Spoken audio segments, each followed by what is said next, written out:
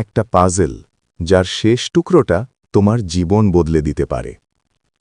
আকাশের বয়স মাত্র 10, কিন্তু তার একটা অদ্ভুত শখ ছিল পাজেল জোড়া লাগানো।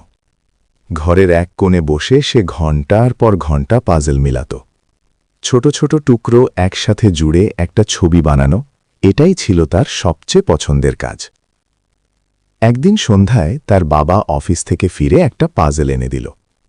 বাক্সটা একটু পুরনো, কোণাগুলো ঘষা, আর উপরে আঁকা একটা ভাঙাচোরা বাড়ি। আকাশ অবাক হয়ে জিজ্ঞেস করল, এটা কোথা থেকে আনলে? তার বাবা কিছুক্ষণ চুপ থেকে বলল, একটা পুরনো দোকান থেকে, খুব সস্তায় পেলাম। কিন্তু কথাটা বলার সময় তার মুখে একটা অদ্ভুত অস্বস্তি ছিল। আকাশ সেটা বুঝতে পারেনি। সে শুধু উত্তেজিত হয়ে পাজেলটা খুলে ফেলল। মেঝেতে সব টুকরো ছড়িয়ে দিয়ে সে হাসল, আজই শেষ করব। কিন্তু সে জানত না, এই পাজেলটা শেষ করা মানেই কিছু একটা শুরু হওয়া।